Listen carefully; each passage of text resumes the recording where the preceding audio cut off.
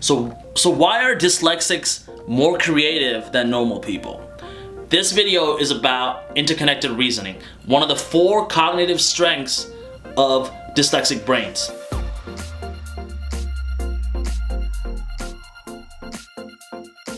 Hi everyone, my name is Nishantha. This series is all about taking advantage of our dyslexic strengths by hacking the way our brain is wired. If you found this video, it probably means that you're a dyslexic, right?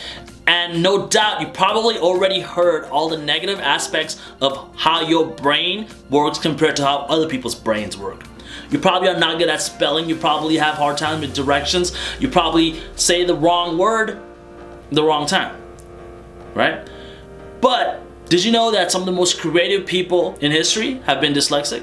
So why do dyslexic people have this uncommon ability to think so creatively? It has to do with how some dyslexics who have really strong interconnected reasoning process and store information, and the mechanics of creativity. So I made a video called Dyslexics Are More Intelligent, and in that video I talked about how the neuroanatomy of a dyslexic brain differs from a neurotypical brain.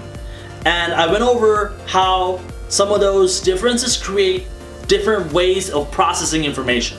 Now, one of these differences manifests themselves in the way that some dyslexics store and process ideas and concepts. Now, some dyslexics have really strong interconnected reasoning strengths, and those strengths come about because of how they store ideas and concepts and how they process ideas and concepts.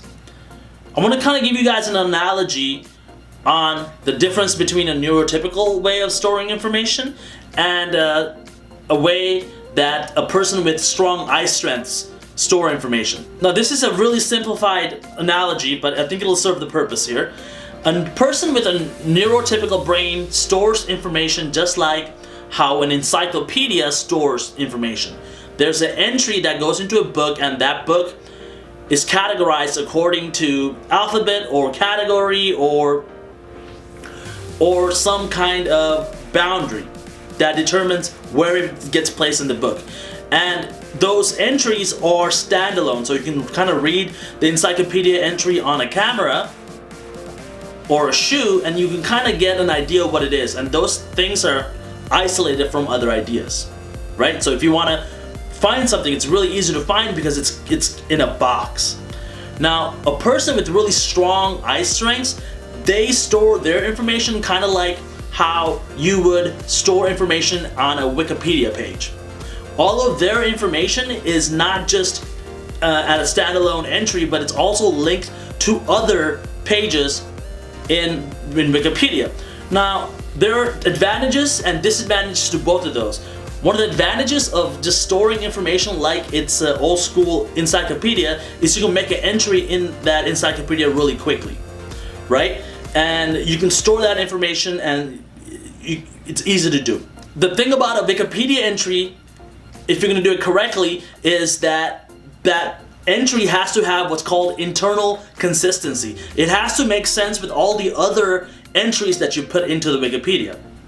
So if you're going to be learning about a shoe, when you put it into the normal book, it's just, you can just write the definition of a shoe and some interesting things, and boom, there it is. But if you're going to put an entry on about a shoe in a Wikipedia page, well, you have to make sure that all the other links, when you put that entry, is also consistent with the information that you're putting.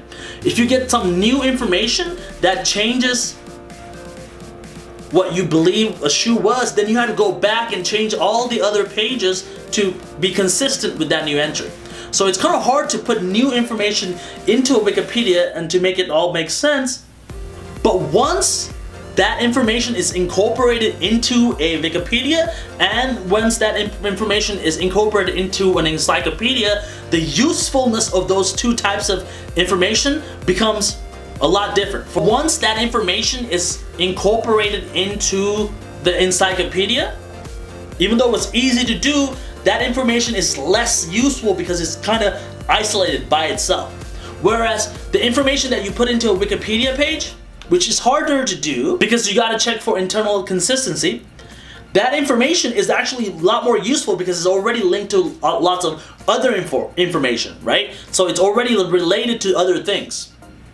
And this is kind of how a normal person stores information, typically, and how a dyslexic with really strong eye strengths store information. A person with really strong eye strengths cannot store information in isolation. So they have to understand how that piece of content or piece of knowledge is related to everything else, which is harder to do. So their learning is going to be a lot slower than a person who can just store information. A shoe is a shoe, right? It's going to be a lot easier for this person to do it. But this information, once they have it incorporated into their brain, is going to be less useful to them later on than a person who has connected leather, craftsmanship, the history of shoes, the economics of shoes, like the function of shoes, and then the anatomy of a foot. All these different things that are linked to a shoe is already incorporated once when they store the information. So when they process that information, when they bring that information back up, it's already available. All those other nodes, all those other links are already available right there. So look, you get 3 major advantages if you have really strong eye strengths. If you store information this way, you get these 3 cool things. The first one is that you are going to be able to find how things are related to each other by likeness, how things are similar together, or by togetherness, which is to say that one thing causes another, or to say that one thing is correlated to another.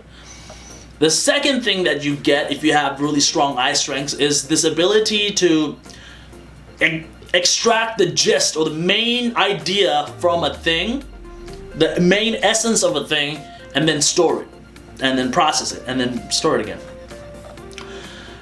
And then the last thing is you are able to look at a concept or an idea in multiple ways by using all the nodes around it. So you have different perspectives on the same thing, which when you combine together creates this ability to look at ideas and concepts and objects in a brand new way, and then combine those ideas, concepts, and objects to create something that hasn't been done before. This type of thinking is called orthogonal thinking, and it's really important in business, right? Or in teaching, or doing anything that you are not directed to do, something that you have to create by yourself, something that you have to do in a brand new way. You're going to be really good at figuring out new ideas and techniques because you have all these connections into what you're doing. So how does this ability to connect and relate ideas and look at ideas in different ways related to creativity? To understand that, we have to actually think about what creativity is. So the best explanation of what creativity is was explained by this guy, Kirby Ferguson. 2004, Brian Burton, aka Danger Mouse, takes the Beatles' White Album, combines it with Jay-Z's The Black Album to create the Grey Album. Now, the Grey Album is a remix. It is new media created from old media.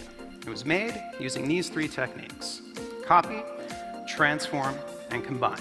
That's how you remix. You take existing songs, you chop them up, you transform the pieces, you combine them back together again. You've got a new song, but that new song is clearly comprised of old songs.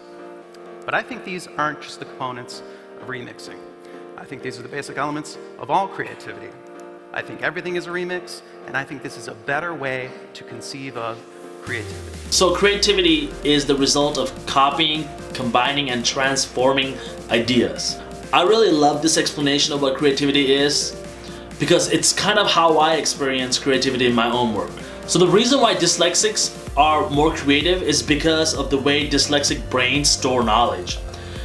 The way they store knowledge makes it much easier for ideas to be copied, combined, and transformed, which is how creativity works. That's all for this video. I'll see you guys next time.